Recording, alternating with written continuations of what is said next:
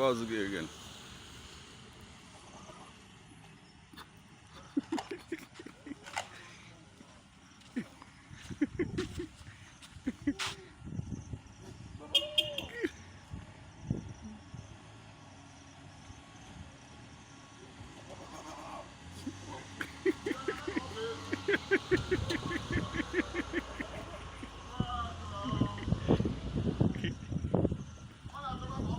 Oh, you're there, Bella.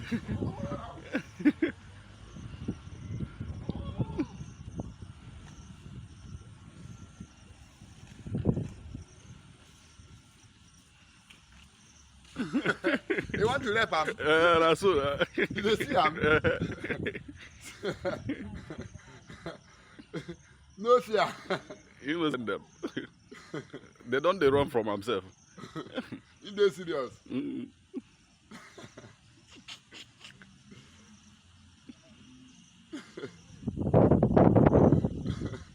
Okay, if you don't enter him, but in the look the other one, whether he go kick him.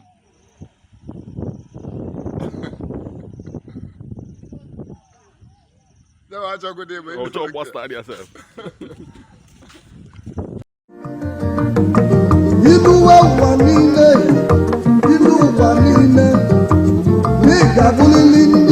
If you know your history, then you will know where you are coming from, and in whatever you do, seek wisdom. Knowledge is power. Inugo maka the book Hip Hop and Igbo Culture, authored by Martin Ifeanyichukwu Ekezie Ezanumba the First, Metal of Ebona the 103.5 FM. There is a great insight in hip hop and Igbo culture. You can get this book or pick it up at a bookshop in St. Teresa's Catholic Church, Omonya, or at Ebona the 103.5 FM Ogidi. You go to www.amazon.com, search for Hip Hop and Igbo Culture by Martin Ifeanyichukwu Ekezie. For further information on how to get this book, please call 080-3916-7049 or you WhatsApp 080-6579-6599.